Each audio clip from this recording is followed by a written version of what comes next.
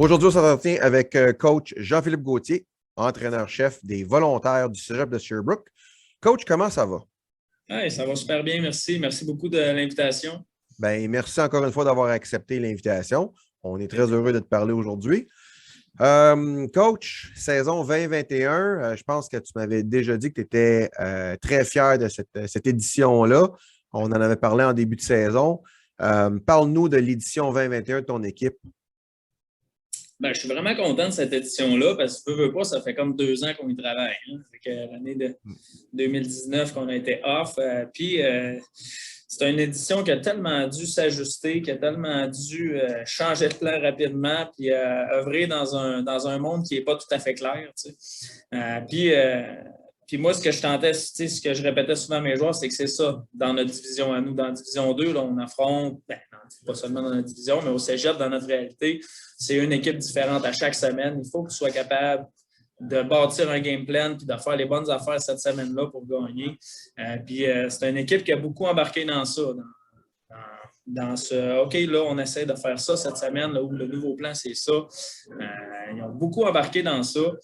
C'est 2 ans de travail qui pour moi, l'autre année d'avant, je pense qu'on avait une bonne équipe et qu'on avait atteint un beau seuil de performance avec cette équipe-là, qu'on avait fait nos devoirs dans le recrutement, qu'on commençait à avoir une équipe pour compétitionner dans notre division, mais comme avoir des espoirs comme de finir avec des très belles saisons et de gagner beaucoup de matchs. Puis là, ben, ça nous a été enlevé.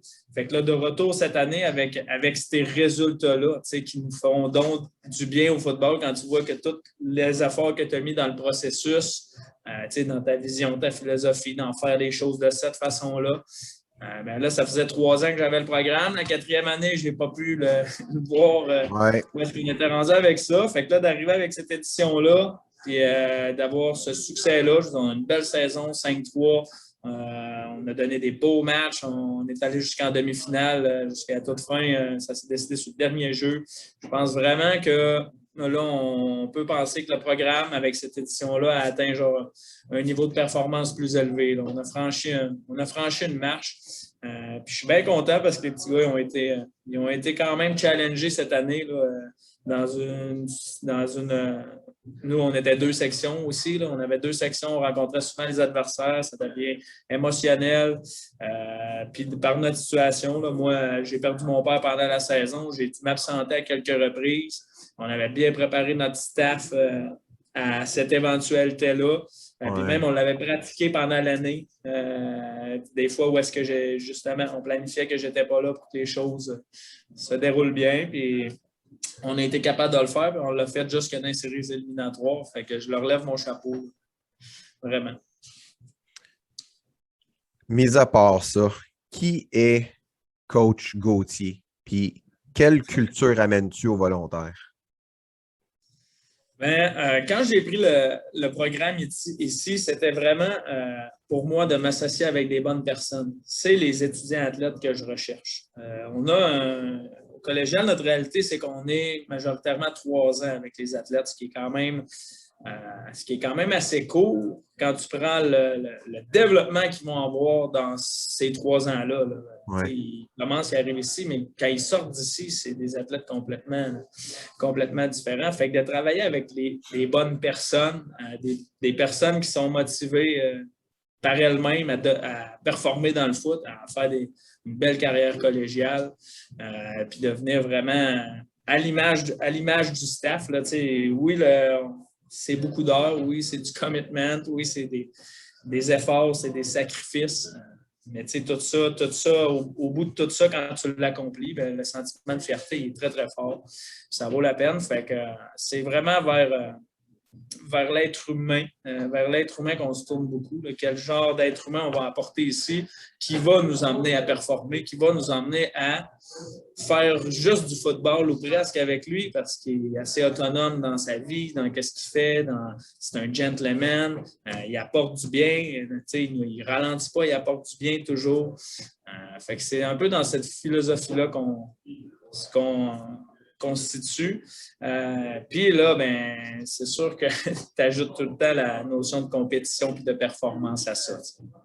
On fait beaucoup de travail à amener ça au quotidien dans notre environnement, là, d'être professionnel, d'être performant, puis de réussir à toujours en accomplir un petit peu plus ou un petit peu mieux.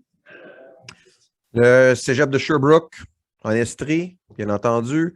La vie des étudiants athlètes, ça a l'air de quoi par chez vous en termes d'installation, services offerts de la part du cégep et ainsi de suite? Bien, nous, on est en région, mais on est un très gros cégep. Là. Très gros cégep. On a un gros cégep. On a environ 6 000 étudiants. Ce qui fait que même si on est en région, on a des super belles installations. On profite aussi du centre intérieur Valent-du-Sault qui est sur le campus. Oui. Il y a beaucoup aussi comme tu vois, cette année, c'est la piscine qui est refaite au grand complet. On remet à jour nos installations. Tout ça, je pense pas qu'on se démarque, mais qu'on a vraiment tout pour satisfaire un étudiant athlète là, qui a des bons appréhensions, là, puis qui veut devenir un bon joueur de football, puis monter à l'université et tout ça. Belle salle d'entraînement, un vestiaire neuf.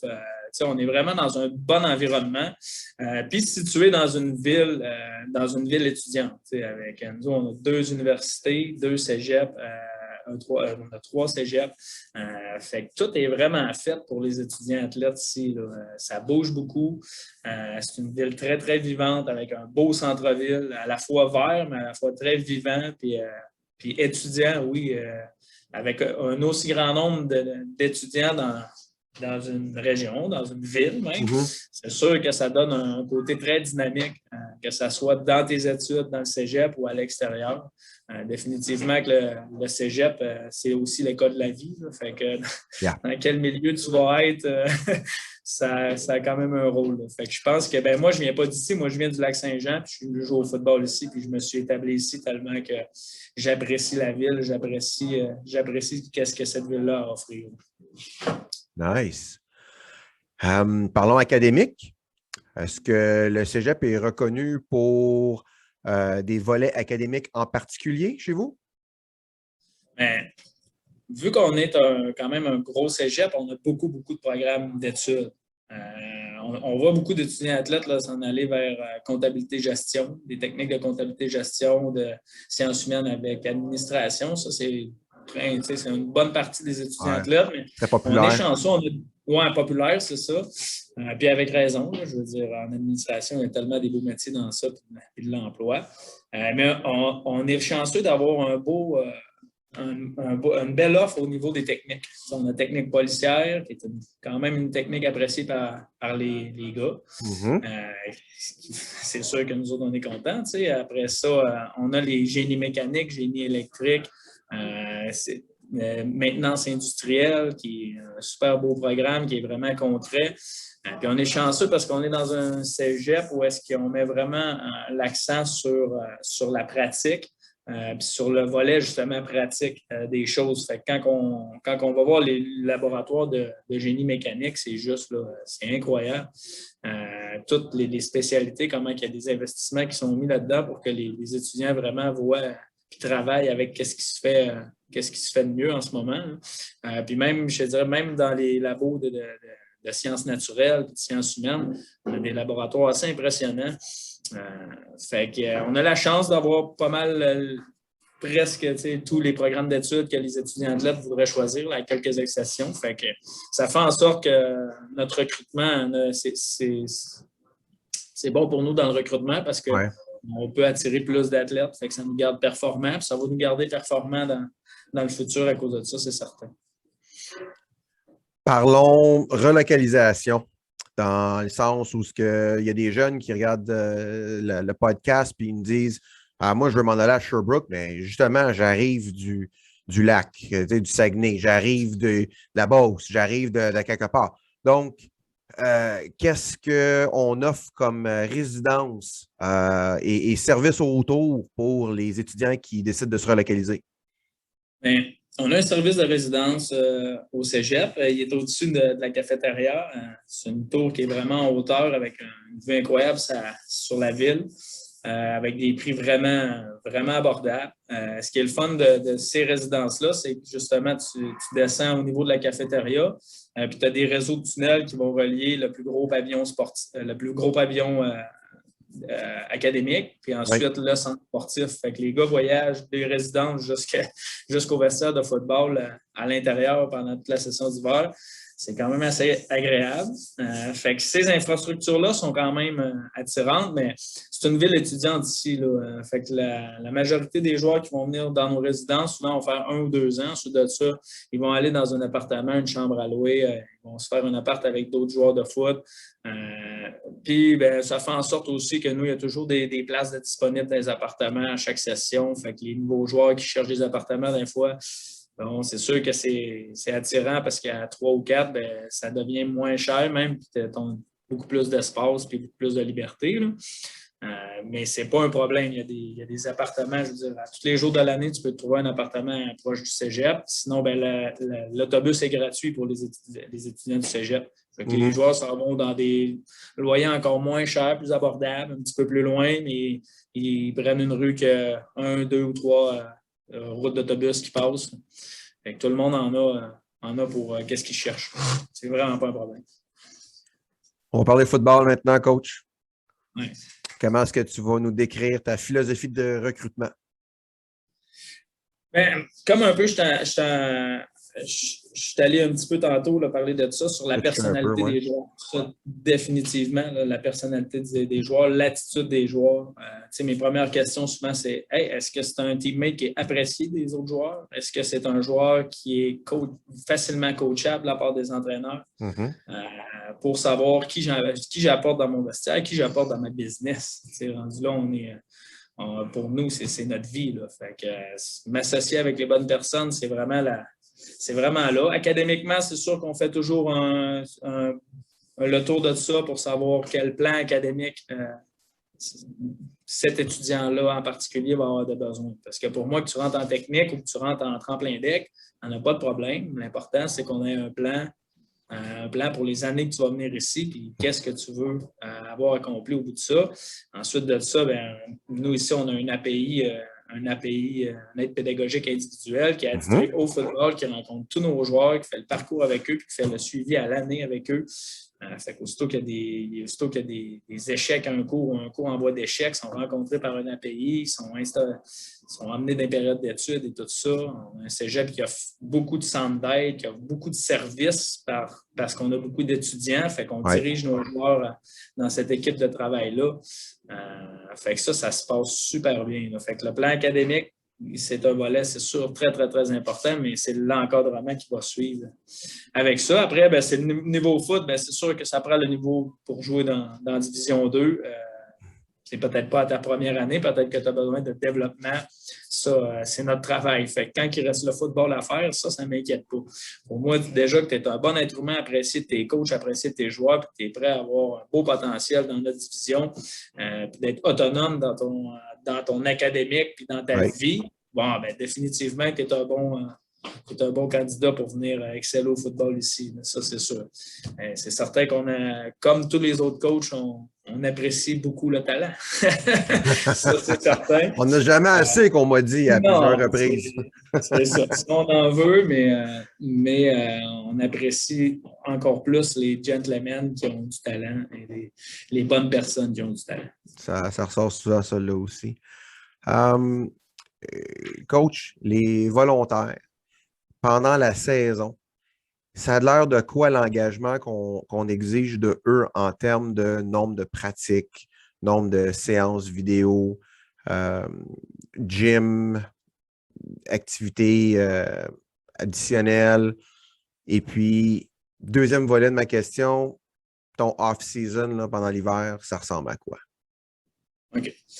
Pendant la saison, on se retrouve pas mal à faire du 6 jours sur 7, si on veut. Là. On va commencer toujours le lundi avec la révision du dernier match qu'on a fait avec les joueurs. Et les joueurs vont avoir un recovery à faire, eux, dans leur horaire. Okay. Ensuite de ça, pour les mardis, mercredis, jeudis, on tombe sur le même horaire qui est en restriction à l'horaire des joueurs de football. Donc, c'est sûr ou pratiquement sûr qu'il n'y aura pas de cours à ce moment-là parce que c'est une restriction qui a été mise à leur horaire pour les meetings de football et la pratique de football. Évidemment, vu qu'on a des techniques très précises, des techniques en réadaptation physique, techniques policières, il va y avoir des conflits, puis c'est toujours l'école en premier, ça. On y va pour la carrière des étudiants. On ne déroge pas de ça. Mais vu que la majorité s'en vont en pré-universitaire, on réussit à avoir des meetings qui vont commencer parfois à 3h30, ce qui fait qu'on peut pratiquer vers 5h30 et finir nos pratiques très, très tôt. Alors, des fois, à 7h30, on a déjà fini de pratiquer. Ça laisse beaucoup de temps en soirée aux jeunes. Des jeunes au cégep, ça aime bien ça, vivre le soir, plus que tôt le matin. Fait qu'ils finissent leur pratique à 7h30. Des fois, ouais, t'es d'accord avec ça? Ouais, je n'ai un de même. Ouais.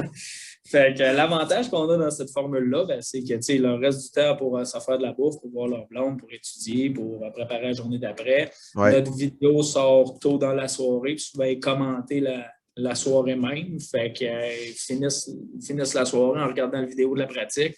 Puis le lendemain, on recommence. Fait que tout ça, ça passe 2 jours. Le vendredi, là, c'est notre meeting day before. C'est plus cérébral. Puis ça se passe 2 jours encore une fois. Fait que là, on ne touche même pas à la soirée. Fait que dans notre horaire de semaine, en saison, les lundis soirs, les vendredis soirs sont aux joueurs. Puis toutes les après 8 heures, si on veut, après 8 heures, les joueurs sont libérés. Fait que quand tu fais ça fois 3 puis 4 ans dans ton choix de cégep, ta vie étudiante au cégep, mêlée avec ta vie de sportif, elle coïncide vraiment bien. C'est beaucoup plus facile à vivre.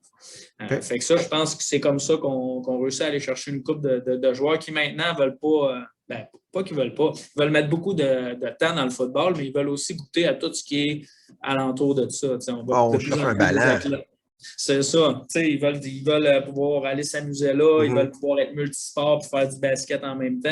OK, viens faire les deux, tu vas avoir du temps pour ça. Oui. Fait que là, ça leur permet justement de toucher à tout ça pendant leur carrière ici. Puis là, le samedi, c'est la game. Le dimanche, c'est les coachs qui travaillent. Les joueurs, on les laisse tranquilles. Fait que ça, c'est mon horaire de saison. Puis ça va super bien. Là, on roule ça depuis une couple d'années. Puis vraiment, là, c'est très agréable comme cédule. À l'hiver, là, nous, on va utiliser on est chanceux, là, on va utiliser le centre multisport intérieur. Ouais. En restriction à l'horaire des joueurs encore, 2 fois par semaine jusqu'à temps qu'on puisse aller sur notre terrain.